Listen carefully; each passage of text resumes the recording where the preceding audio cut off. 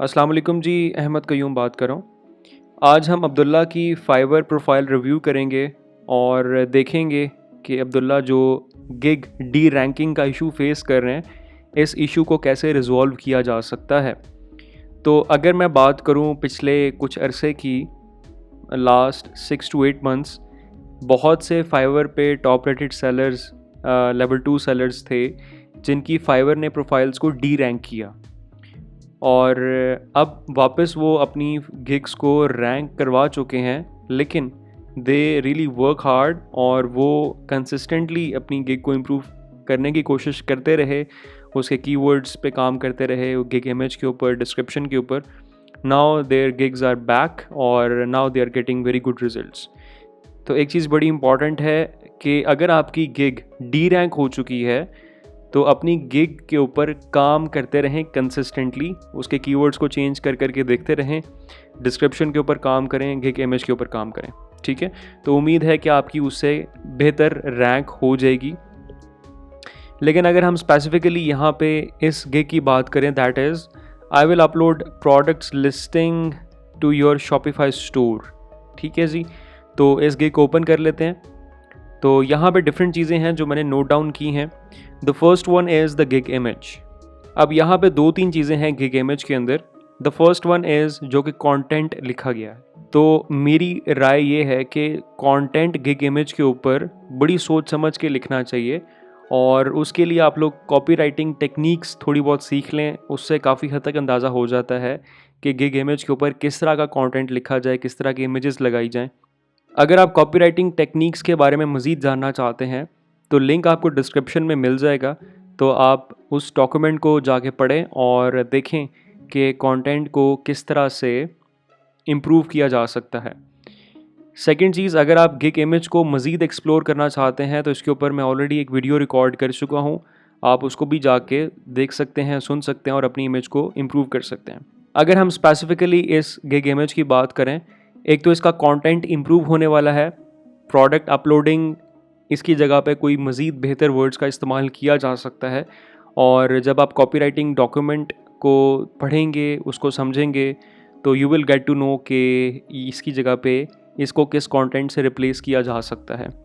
Second चीज़ ये कि ये जो गिग है ये शॉपिफाई के बारे में है, लेकिन गिग इमेज के अंदर मुझे यहाँ पे अमेज़ॉन का भी लोगो नज़र आ रहा है, इसके अलावा अली एक्सप्रेस का लोगो भी नज़र आ रहा है और ओबरलो का लोगो भी यहाँ पे नज़र आ रहा है। तो एक चीज़ का ख़ास ख्याल रखें कि आप जो सर्विसेज प्रोवाइड कर रहे हैं अपनी गिग इमेज के अंदर भी उससे रिलेटेड एलिमेंट्स, लोगोज़ और कंटेंट का इस्तेमाल करें। अब थर्ड चीज़ जो मैंने नोटिस की, I was just going through different gigs जो कि इसी कीवर्ड के ऊपर अपनी सर्विसेज सेल कर रहे हैं और यहाँ पे मुझे पता चला कि एक देयर इज़ अ फ्रीलांसर मियाँ अली मुर्तज़ा और उनकी गिग इमेज भी वेरी सिमिलर जो कि अब्दुल्ला ने डिज़ाइन की है। अब या तो अब्दुल्ला ने उनको कॉपी किया है या अली मुर्तज़ा ने अब्दुल्ला को कॉपी किया है। सो अगर आप अपनी कोई गिग इमेज डिज़ाइन कर रहे हैं, सो आई रेकमेंड कि कभी भी किसी की गिग इमेज को कॉपी ना करें, एक अपनी न्यू गिग इमेज क्रिएट करें। तो अब्दुल्ला के लिए भी यही सजेशन है कि अगर आपने गिग इमेज कॉपी की है सो प्लीज़ गिग इमेजेस को कॉपी मत करें, अपनी गिग इमेजेस क्रिएट करना सीखें और इसके लिए आपको मुख्तलिफ ऑनलाइन डिज़ाइन टूल्स मिल जाएंगे। आप किसी भी टूल का इस्तेमाल कर सकते हैं और उसमें अपनी इमेजेस को क्रिएट कर सकते हैं। ओके जी, इमेज के अलावा अगर हम थोड़ा सा मज़ीद स्क्रॉल करते हैं तो यहाँ पे गिग डिस्क्रिप्शन के अंदर मुझे देखने को मिलता है कि Abdullah has mentioned his experience, कि उसका एक्सपीरियंस कितना है और अब्दुल्ला ने किन किन प्लेटफॉर्म से रिलेटेड काम किया हुआ है। सो आई डू रिकमेंड कि अपनी जो प्रोफाइल है उसको गिग डिस्क्रिप्शन के अंदर मत एक्सप्लेन करें। ये जो आपका एक्सपीरियंस है, आपने किस किस प्लेटफॉर्म पे काम किया है, ये सारा कुछ आप अपनी प्रोफाइल पे जाके मेंशन कर सकते हैं।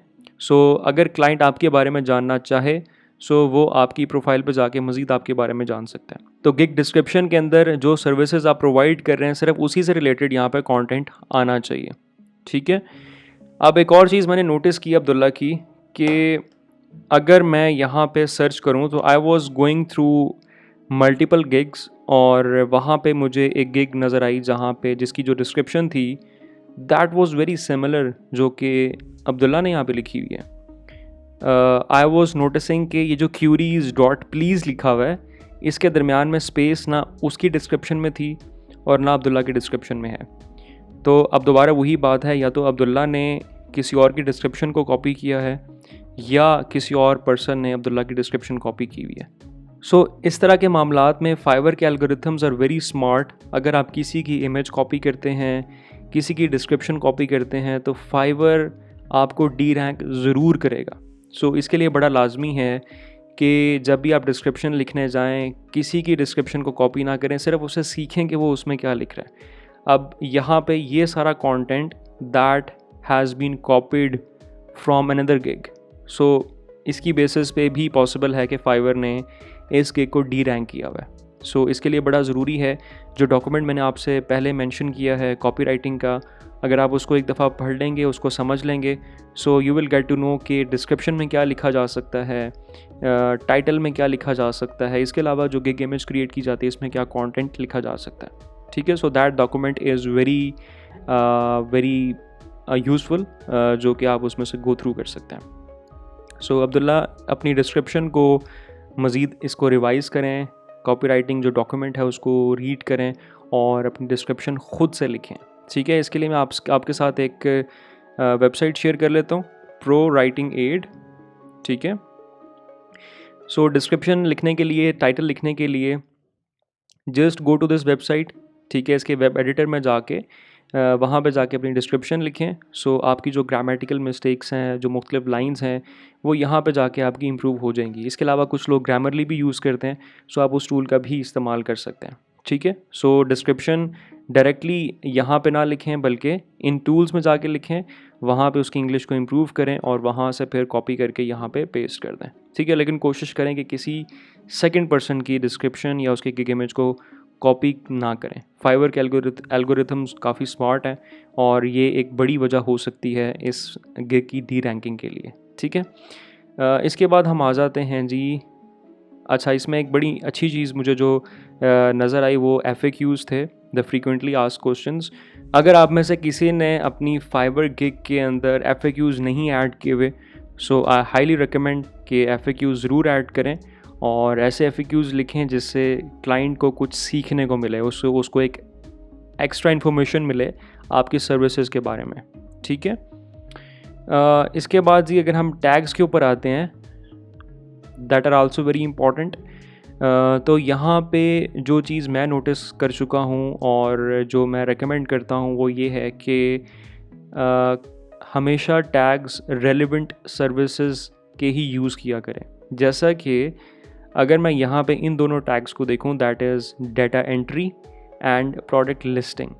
ठीक है, data entry is a very broad term और इसमें और बहुत सारी सर्विसेज आ जाती हैं, और अगर हम डाटा एंट्री को प्रोडक्ट अपलोडिंग के साथ कंपेयर करें, सो data entry is a different thing and uploading product on Shopify is a totally different thing. ठीक है, तो आई रिकमेंड अब्दुल्ला के डाटा एंट्री का जो टैग है इसको आप रिमूव करें और इसकी जगह पे कोई रेलेवेंट टैग का इस्तेमाल करें। इसके अलावा यहाँ पे जो प्रोडक्ट लिस्टिंग है, सो अगर इसको मज़ीद एक्सप्लोर किया जाए तो प्रोडक्ट लिस्टिंग भी एक डिफरेंट सर्विस है as compare to the uploading products to Shopify. तो इसको भी रिमूव करके इसकी जगह पे कोई बेहतर टैग इस्तेमाल किया जा सकता है। ठीक है, तो यहाँ पे मेरे पास कुछ टैग्स हैं जो कि मैं आपको रिकमेंड किए देता हूँ। जैसा एक टैग है जी WooCommerce प्रोडक्ट अपलोड। ठीक है, अब ये टैग्स मैंने कैसे फाइंड किए, I just road different tags. जैसा कि अगर हम सिर्फ अपलोड लिखें तो अपलोड के साथ हमारे पास कौन कौन सी चीज़ें आती हैं जो कि फाइवर रेकमेंड कर रहा है। सो यहाँ पे देखें जी WooCommerce प्रोडक्ट अपलोड। ठीक है, इस टैग को यूज़ किया जा सकता है। अच्छा, ये टैग मैं क्यों रेकमेंड कर रहा हूँ, क्योंकि मैंने जितना भी एक्सप्लोर किया प्रोडक्ट अपलोडिंग सर्विस को, तो मुझे ये पता चला है कि जो फ्रीलांसर्स हैं वो सिर्फ शॉपिफाई की प्रोडक्ट अपलोड सर्विसेज नहीं प्रोवाइड करें बल्कि साथ साथ WooCommerce की भी प्रोवाइड करें। ठीक है, सो इकट्ठी सर्विसेज वो प्रोवाइड करें। सो हम एक ही गिग के अंदर इन दोनों सर्विसेज को मेंशन कर सकते हैं। तो आई फाउंड के वू कॉमर्स और अगर शॉपिफाई दोनों को इकट्ठा सेल किया जाए, so that is working for a lot of people और it can also work for you. So यहाँ पे वू कॉमर्स प्रोडक्ट अपलोड एक इस कीवर्ड को इस्तेमाल किया जा सकता है, ठीक है। एक अपलोड प्रोडक्ट ये कीवर्ड इस्तेमाल किया जा सकता है। एक शॉपिफाई प्रोडक्ट अपलोड एक इसको यूज़ किया जा सकता है, ठीक है। अगर मैं यहाँ पे शॉपिफाई लिखूँ तो शॉपिफाई प्रोडक्ट इस कीवर्ड को भी इस्तेमाल किया जा सकता है, ठीक है।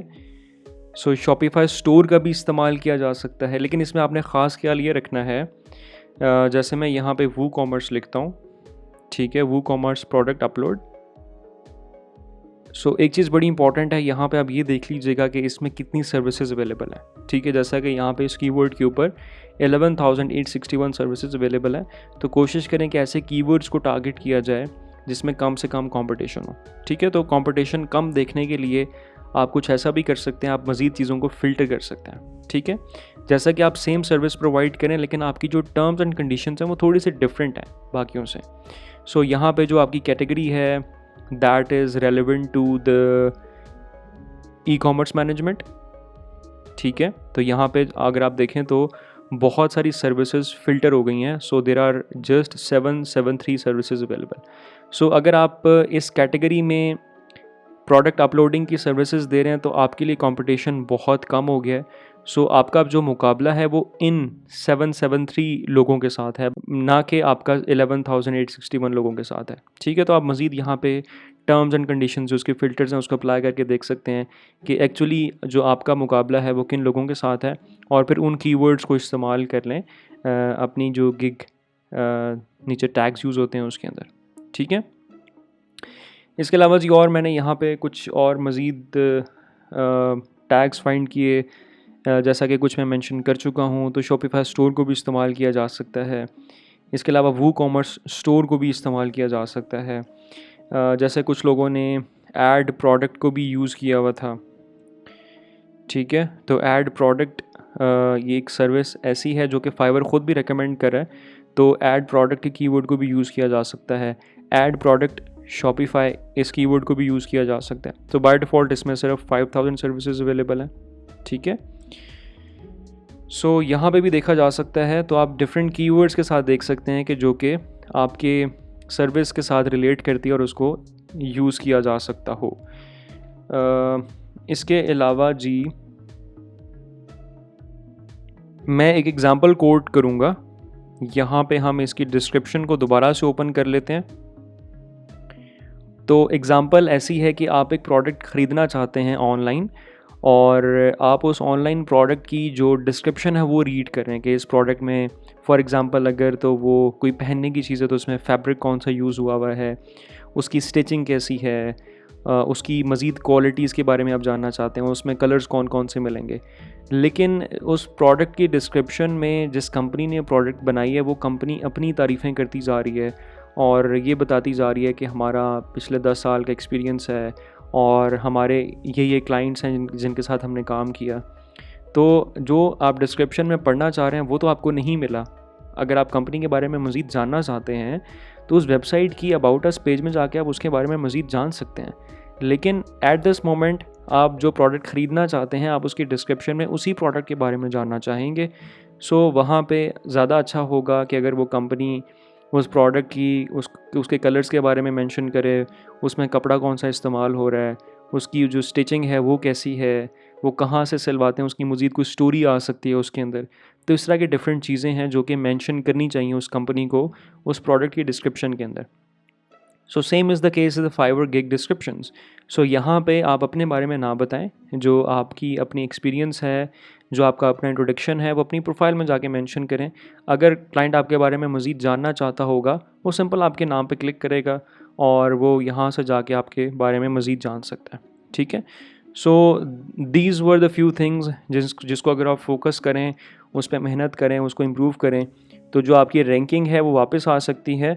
So this was the profile review from my side बाकी अब्दुल्ला जो आपकी 2 गिग्स हैं उसको इसी तरह से रिव्यू करें ख़ुद और उसको इम्प्रूव करने की कोशिश करें।